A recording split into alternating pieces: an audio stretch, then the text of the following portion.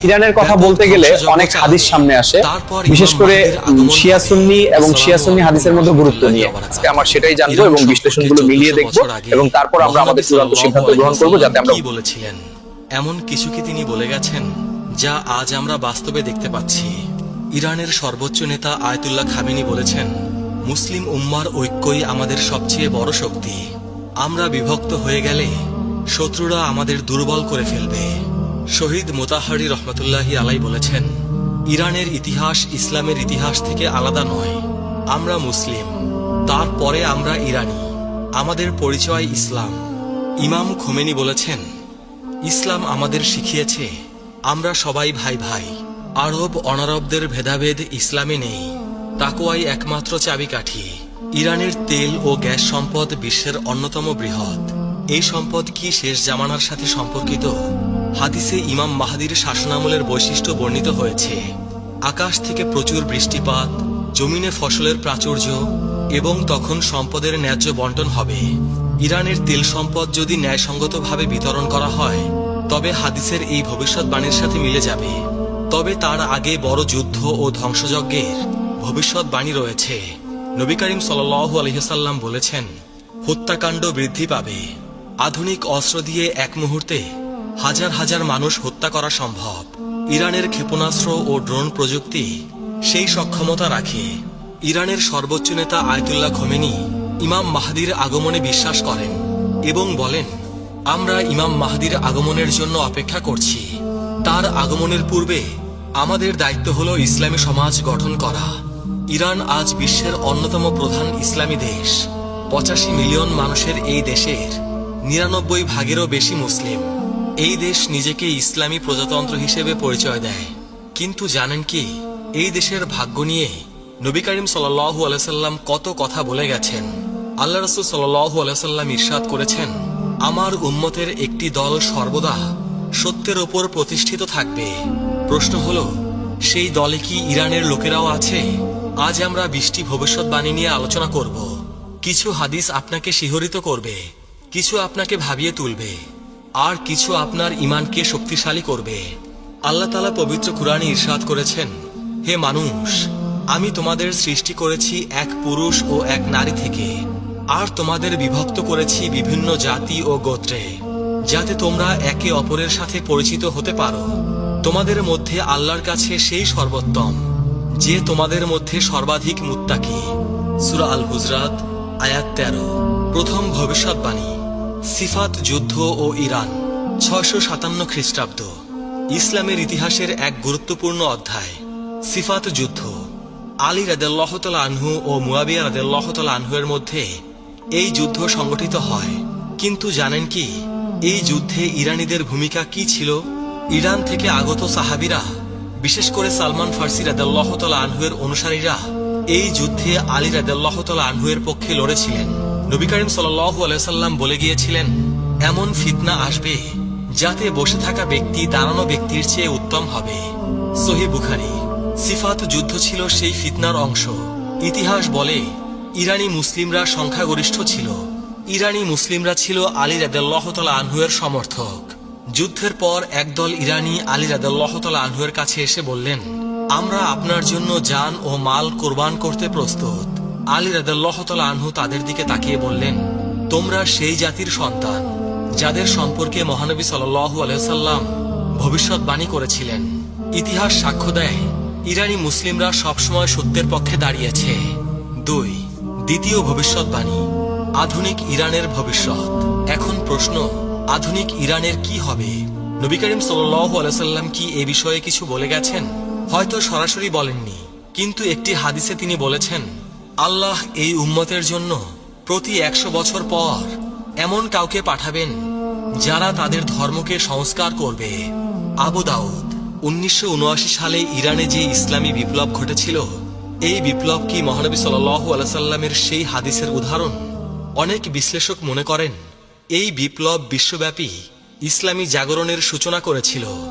আজকের ইরান একটি ইসলামী প্রজাতন্ত্র। ইরানের সর্বোচ্চ নেতা আয়াতুল্লাহ খামেনি। ইরানের পারমাণবিক কর্মসূচি আন্তর্জাতিক বিতর্কের কেন্দ্র।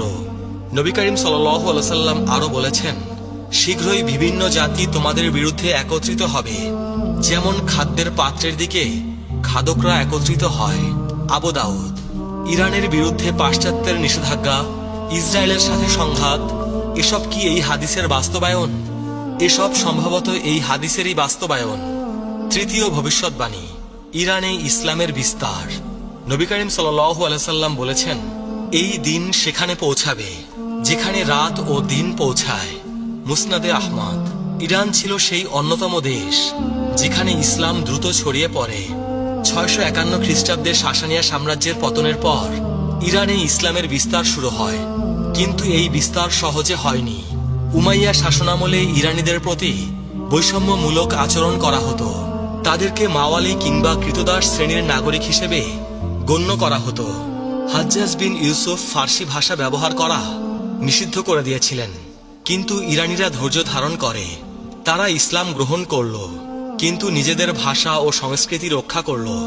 ইতিহাসবিদ বার্নার্ড লুইস বলেছেন, ইরান প্রকৃতপক্ষে ইসলামী হয়েছিল, কিন্তু আরবীয় হয়নি। এই ভবিষ্যৎবাণী আজ সত্য হয়েছে। ইরানের জনসংখ্যার 99 ভাগেরও বেশি মুসলিম। চতুর্থ ভবিষ্যৎবাণী, শিয়া সুন্নি বিভাজন ও ইরান। একটি জটিল কিন্তু সত্য বিষয়। শিয়া সুন্নি বিভাজন। নবী করিম সাল্লাল্লাহু আলাইহি সাল্লাম কি এ বিষয়ে কিছু বলেছেন? তিনি বলেছেন, তোমরা অবশ্যই তোমাদের পূর্ববর্তীদের পথ অনুসরণ করবে। সহিহ বুখারী। এবং আরেকটি হাদিসে বলেছেন, আমার উম্মত 73 ফিরকায় বিভক্ত হবে। আবু দাউদ। 16শো শতাব্দীতে সাফাবি রাজবংশ ইরানে শিয়া ইসলামকে রাষ্ট্রধর্ম হিসেবে গ্রহণ করে। এর আগে ইরানে সুন্নি ইসলামী প্রধান ছিল। আজ ইরান বিশ্বের বৃহত্তম শিয়া মুসলিম দেশ। প্রায় 90 থেকে 95% মানুষ শিয়া ইসলামের অনুসারী। এক্ষেত্রে আমাদের দৃষ্টিভঙ্গি কি হওয়া উচিত? আমরা সবাই মুসলিম, আমাদের উচিত ঐক্য অটুট রাখা। পঞ্চম ভবিষ্যৎবাণী, জান্নাতে ফার্সি ভাষাভাষী মানুষের সংখ্যা। নবী করিম সাল্লাল্লাহু আলাইহি সাল্লাম বলেছেন, 4 ব্যক্তি জান্নাতবাসীদের নেতা, আমি, আলী, হামজা ও জাফর। তিরমিজি। এই জাফর কে? কেউ বলেন জাফর তায়ার, কেউ বলেন জাফর আল সাদিক। জাফর আল সাদিকের অনুসারীদের মধ্যে বহু ফার্সি বিদ্বান ছিলেন। তার ছাত্রদের মধ্যে আবু হানিফাও ছিলেন। আরেকটি হাদিসে নবী করিম সাল্লাল্লাহু আলাইহি সাল্লাম বলেছেন, জান্নাতে প্রবেশ করবে এমন লোক যাদের হৃদয় পাখির হৃদয়ের মতো হবে। সহিহ মুসলিম। এর ব্যাখ্যায় বলা হয়েছে, তারা হবে নির্ভীক ও আল্লাহর উপর ভরসাকারী লোক। ইরানি মুসলিমরা ইসলামের জন্য জীবন দিতে কখনোই পিছুপা হয়নি। খোরাসানের মুজাহিদ, কারবালার শহীদ, ইরান ইরাক যুদ্ধের শহীদ সবাই জান্নাতের আশায় জীবন দিয়েছেন। ষষ্ঠ ভবিষ্যৎবাণী, ফার্সি ভাষায় কুরআন তিলাওয়াত। এক ফার্সি ব্যক্তি আরবি জানতেন না। তিনি কাঁদতে কাঁদতে নবী করিম সাল্লাল্লাহু আলাইহি সাল্লামের কাছে আরজ করলেন, ইয়া রাসূলুল্লাহ, আমি আরবি বুঝি না, আমি আমার ভাষায় আল্লাহর প্রশংসা করতে চাই। নবী করিম সাল্লাল্লাহু আলাইহি সাল্লাম চুপ করে রইলেন। তখন জিবরাইল আলাইহিস সালাম এসে বললেন, আল্লাহ বলেছেন, প্রতিটি জাতি তাদের নিজস্ব ভাষায় আমার ইবাদত করতে পারে। হাদিসে এসেছে, কিয়ামতের দিন আল্লাহর কাছে সবচেয়ে প্রিয় শব্দ হলো সেই ইমামের কণ্ঠস্বর যিনি সুন্দর কণ্ঠে বলেন, আল্লাহুম্মা রব্বানা লাকাল হামদ। মুসনাদে আহমদ। ইতিহাস বলে, ইসলামের 2য় শতাব্দীতেই ফার্সি ভাষায় কুরআনের অনুবাদ ও তাফসির রচিত হতে শুরু করে। সামানি রাজবংশের সময় ফার্সি ভাষায় প্রথম পূর্ণাঙ্গ কুরআন অনুবাদ সম্পন্ন হয়। সপ্তম ভবিষ্যৎবাণী, ফার্সি বিদ্বানদের আবির্ভাব। ইমাম জাহাবি রহমতুল্লাহি আলাইহি তার তাজকিরাত আল হুফাজ গ্রন্থে 21 জন হাদিস বিশারদের তালিকা দিয়েছেন যারা ফার্সি বংশোদ্ভূত ছিলেন। তাদের মধ্যে রয়েছেন ইমাম বুখারী, ইমাম মুসলিম, ইমাম আবু দাউদ, ইমাম তিরমিজি, ইমাম নাসাই, ইমাম ইবনে মাজাহ। এছাড়াও ফিকাহ শাস্ত্রের ইমাম আবু হানিফা রহমতুল্লাহি আলাইহি ছিলেন ফার্সি বংশোদ্ভূত। বিজ্ঞান ও দর্শনের ক্ষেত্রেও ইরানিদের অবদান অনস্বীকার্য। ইবনে সিনা, আল ফারাবি, আল বিরুনি, আল খোয়ারজমি এরা প্রত্যেকেই ছিলেন ফার্সি অধ্যুষিত অঞ্চলের অধিবাসী। ইমাম সৌদি রহমতুল্লাহি আলাইহি বলেছেন, আমাদের মনীষীদের অধিকাংশই অনারব বংশোদ্ভূত। অষ্টম ভবিষ্যৎবাণী, খোরাসান থেকে আগমন। খোরাসান প্রাচীন ইরানের একটি বিশাল প্রদেশ। বর্তমান ইরান, আফগানিস্তান, তুর্কমেনিস্তান এবং উজবেকিস্তানের কিছু অংশ নিয়ে গঠিত ছিল এই অঞ্চল। নবী করিম সাল্লাল্লাহু আলাইহি সাল্লাম ইরশাদ করেছেন, পূর্ব দিক থেকে কিছু লোক আসবে, তাদের সাথে থাকবে জান্নাত ও চাবুক, যা দিয়ে তারা মানুষকে প্রহার করবে। মুসনাদে আহমদ। এই হাদিসের ব্যাখ্যায় মুহাদ্দিসগণ বলেন, এটা খোরাসানের মুজাহিদ ও বিদ্বানদের প্রতি ইঙ্গিত। খোরাসান থেকে বহু ইসলামী ব্যক্তিত্ব এসেছেন।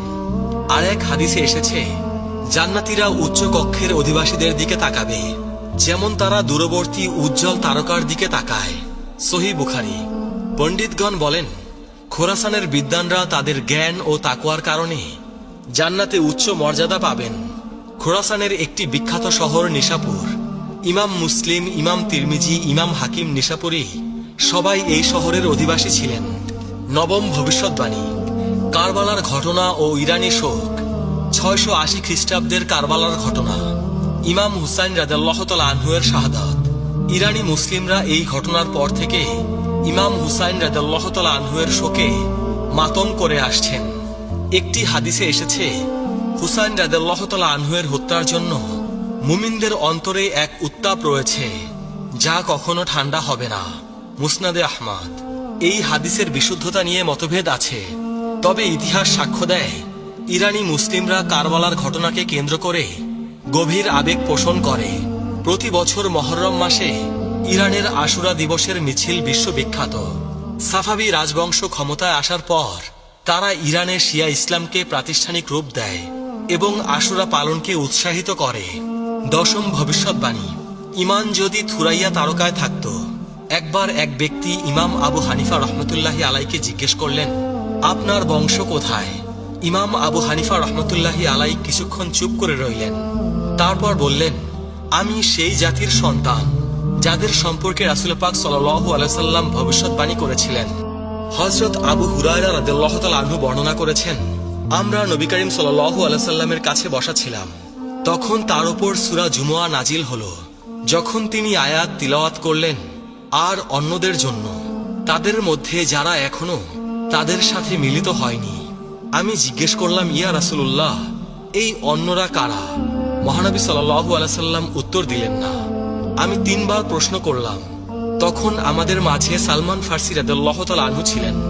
রাসূল পাক সাল্লাল্লাহু আলাইহি সাল্লাম তার হাত সালমানের ওপর রাখলেন এবং বললেন, যদি ঈমান থুরাইয়া তারকায়ও থাকতো, তাহলে পারস্যের অধিবাসীদের মধ্য থেকে কিছু মানুষ সেই ঈমান অর্জন করত। সহিহ মুসলিম। হাদিস নং 2546। ইমাম কুরতুবী রহমাতুল্লাহি আলাই বলেছেন, এই হাদিস ফার্সি জাতির মর্যাদার স্পষ্ট প্রমাণ। নবী করিম সাল্লাল্লাহু আলাইহি সাল্লাম ভবিষ্যৎবাণী করেছেন যে এই জাতি ইসলামী জ্ঞানের চূড়ায় পৌঁছাবে। 11তম ভবিষ্যৎবাণী। সালমান ফার্সি রাদিয়াল্লাহু তাআলা আনহু এর মর্যাদা। সালমান ফার্সি রাদিয়াল্লাহু তাআলা আনহু ইসলামের প্রথম ইরানি মুসলিম। তার জীবনী অত্যন্ত অনুপ্রেরণাদায়ক। তিনি ইরানের একটি সম্ভ্রান্ত পরিবারে জন্মগ্রহণ করেছিলেন। সত্যের সন্ধানে নিজ দেশ ছেড়ে প্রথমে সিরিয়া, তারপরে আরবে পৌঁছান এবং অবশেষে মদিনায় এসে ইসলাম গ্রহণ করেন। নবী করিম সাল্লাল্লাহু আলাইহি সাল্লাম তাকে অত্যন্ত ভালোবাসতেন এবং বলেছিলেন, সালমান আমাদের আহলে বাইতের অন্তর্ভুক্ত। মুসনাদে আহমদ। সালমান রাদিয়াল্লাহু তাআলা আনহু এর মাধ্যমে পারস্য সম্পর্কে নবী করিম সাল্লাল্লাহু আলাইহি সাল্লামের প্রথম ভবিষ্যৎবাণী প্রকাশ পায়। তার হাত ধরে বহু ইরানি ইসলামের ছায়ায় এসেছিলেন। ভবিষ্যৎবাণী 12। সূরা জুমুয়ার আয়াত ও ফার্সিদের আগমন। সূরা জুমুয়ায় আল্লাহ পাক ইরশাদ করেছেন, তিনি উম্মীদের মাঝে তাদের মধ্য থেকে একজন রাসূল পাঠিয়েছেন, যিনি তাদের মাঝে তার আয়াত তিলাওয়াত করেন, তাদের পবিত্র করেন এবং তাদের কিতাব ও হিকমত শিক্ষা দেন, যদিও তারা আগে স্পষ্ট বিভ্রান্তিতে ছিল। আর অন্যদের জন্যও পাঠিয়েছেন, তাদের মধ্যে যারা এখনো তাদের সাথে মিলিত হয়নি। আর তিনি পরাক্রমশালী, প্রজ্ঞাময়। সূরা আল জুমুয়া আয়াত 2 থেকে 3। এই আয়াত নাজিলের পর সাহাবীরা জিজ্ঞেস করলেন, এই অন্যরা কারা?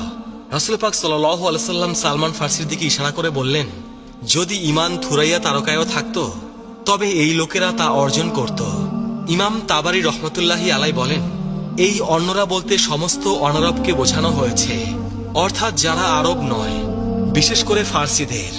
13তম ভবিষ্যৎবাণী। খোরাসান থেকে কালো পতাকা। এবার আমরা শেষ সময়ের আলামত নিয়ে আলোচনা করব। নবী করিম সাল্লাল্লাহু আলাইহি সাল্লাম ইরশাদ করেছেন, খোরাসান থেকে কালো পতাকা বের হবে, তোমরা সাহায্য প্রাপ্ত হবে, এদের সাহায্য ফিরিয়ে দেওয়া হবে না। মুসনাদে আহমদ। এই কালো পতাকাধারী বাহিনী ইমাম মাহদির আগমনের পূর্বে বের হবে এবং সুফিয়ানি বাহিনীর সাথে যুদ্ধ করবে। তাদের নেতা হবে শুয়াইব ইবনে সালেহ। বর্তমান বিশ্বের ঘটনা প্রবাহ এই হাদিসের সাথে সাদৃশ্যপূর্ণ। গাজা, ইরান, সিরিয়া, লেবানন এসব স্থানের ঘটনা এই ভবিষ্যৎবাণীর কথা মনে করিয়ে দেয়। 14তম ভবিষ্যৎবাণী, ইমাম মাহদির আগমন ও ইরান।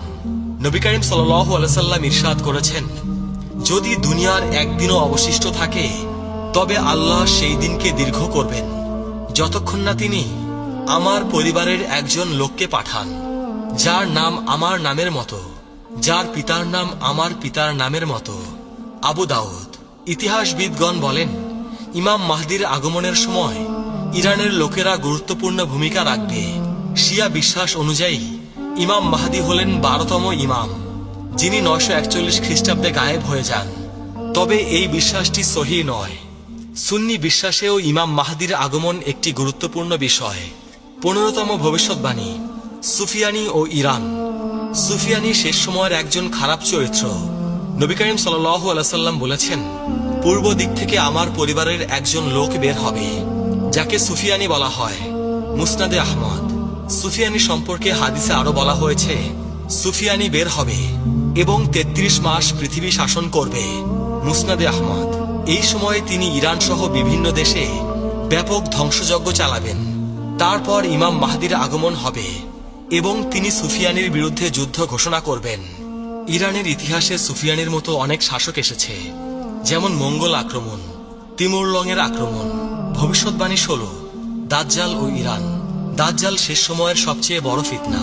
নবী করিম সাল্লাল্লাহু আলাইহি সাল্লাম বলেছেন, দাজ্জালের অনুসারী হবে আসফাহানের ইহুদিদের 70,000 লোক, যাদের পরনে থাকবে মোটা চাদর।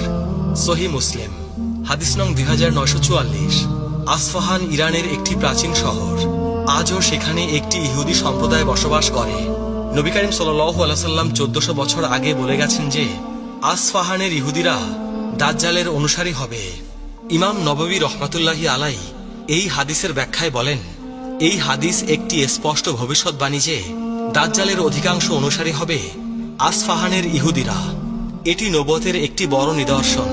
নবী করিম সাল্লাল্লাহু আলাইহি সাল্লাম বলেছেন, যে ব্যক্তি সূরা কাহাফের প্রথম 10 আয়াত মুখস্থ করবে সে দাজ্জালের ফিতনা থেকে রক্ষা পাবে। সহিহ মুসলিম। ভবিষ্যৎবাণী 17, ইয়াজুজ মাজুজ ও ইরান। ইয়াজুজ মাজুজ দুটি বর্বর জাতি। আল্লাহ তাআলা কুরআনে বলেন, অবশেষে যখন ইয়াজুজ ও মাজুজকে খুলে দেওয়া হবে এবং তারা প্রতিটি উচ্চ স্থান থেকে ছুটে আসবে। অবশেষে যখন ইয়াজুজ ও মাজুজকে খুলে দেওয়া হবে এবং তারা প্রতিটি উচ্চ স্থান থেকে ছুটে আসবে। সূরা আল আম্বিয়া আয়াত 96। হাদিসে এসেছে, ইয়াজুজ মাজুজ বের হবে খোরাসানের দিক থেকে।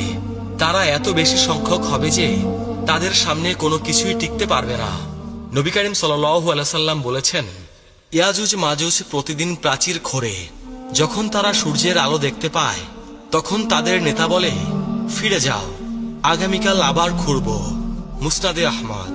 ইয়াজুজ মাজুজের আবির্ভাবের স্থান হিসেবে ইরান ও মধ্য এশিয়ার কথা বলা হয়। ইতিহাসে চেঙ্গিস খানের মঙ্গল বাহিনীকে অনেক মুসলিম ঐতিহাসিক ইয়াজুজ মাজুজের সাথে তুলনা করেছেন। চেঙ্গিস খান খোরাসান থেকে বেরিয়ে এসে সমগ্র মুসলিম বিশ্ব ধ্বংস করেছিলেন। আল্লামা ইকবাল তার কবিতায় বলেছিলেন, ইয়াজুজ মাজুজের বন্যা এসে গেল। ভবিষ্যৎবাণী 18, শৌবিয়া আন্দোলন ও ইরান। শৌবিয়া আন্দোলন 8ম-9ম শতাব্দীর একটি সাংস্কৃতিক আন্দোলন, যা আরব ও অনারবদের মধ্যে সমতা দাবি করে। এর নেতৃত্বে ছিল ইরানি মুসলিমরা। নবী করিম সাল্লাল্লাহু আলাইহি সাল্লাম বলেছেন, আরবদের কোনো অনারবদের ওপর শ্রেষ্ঠত্ব নেই, আবার অনারবদেরও কোনো আরবের ওপর শ্রেষ্ঠত্ব নেই তাকওয়া ছাড়া। মুসনাদে আহমদ। এই হাদিস শৌবিয়া আন্দোলনের মূল দাবির সাথে মিলে যায়। শৌবিয়ারা মনে করত ইসলাম সব জাতিকে সমান মর্যাদা দিয়েছে। শৌবিয়া আন্দোলনের ফলে ফার্সি ভাষা ও সংস্কৃতির পুনর্জাগরণ ঘটে। ফারদৌসির শাহনামা, রুদাকির কবিতা এসব এই আন্দোলনের ফল। আজকে আমরা কয়েকটি ভবিষ্যৎবাণী নিয়ে আলোচনা করলাম। কিছু ভবিষ্যৎবাণী স্পষ্ট, কিছু রহস্যময়, কিছু বর্তমান ঘটনার সাথে মিলে যায়। মনে রাখবেন, শেষ সময়ের আলামত নিয়ে গবেষণা করা জরুরি। তবে নির্দিষ্ট তারিখ বা ঘটনা নিশ্চিত করে বলা উচিত নয়। কিয়ামতের জ্ঞান একমাত্র আল্লাহর কাছে। আমাদের কর্তব্য ঈমান মজবুত করা, ইবাদত করা, দান করা, সৎ কাজের আদেশ দেওয়া, মুসলিম ঐক্য বজায় রাখা। নবী করিম সাল্লাল্লাহু আলাইহি সাল্লাম বলেছেন, মুসলিম মুসলিমের ভাই, সে তার উপর অত্যাচার করে না এবং তাকে অসহায় অবস্থায় ছেড়ে যায় না। সুতরাং ইরানের মুসলিমরা আমাদের ভাই। আমরা তাদের জন্য দোয়া করব, তাদের পাশে দাঁড়াবো এবং শেষ সময়ের সবচেয়ে বড় ফিতনা দাজ্জাল থেকে বাঁচতে আমরা দোয়া পড়ব। হে আল্লাহ, আমি আপনার কাছে কবরের শাস্তি থেকে, জাহান্নামের শাস্তি থেকে, জীবন ও মৃত্যুর ফিতনা থেকে এবং দাজ্জালের ফিতনা থেকে আশ্রয় চাই। আল্লাহ আমাদের সবাইকে হেদায়েত দান করুন। ইমাম মাহদির আগমনের সময় আমাদেরকে সত্যের পথে অবিচল রাখুন। দাজ্জালের ফিতনা থেকে আমাদেরকে রক্ষা করুন। আমাদের কবরকে জান্নাতের বাগানে পরিণত করুন। প্রিয় আখেরি নবীর উম্মত, আজকের ভিডিও এ পর্যন্তই। সবাই ভালো থাকবেন। আল্লাহ রাব্বুল আলামিন আমাদের সবাইকে হেদায়েত দান করুন। আমিন। ভিডিওটা যদি আপনার ভালো লেগে থাকে অন্যদের দেখার জন্য কিছু গ্রুপ শেয়ার করে দিতে পারেন, আর আপনাদের মূল্যবান মতামত জানাতে ভুলবেন না। ধন্যবাদ আপনাকে আপনার মূল্যবান সময় নষ্ট করে আমার ভিডিও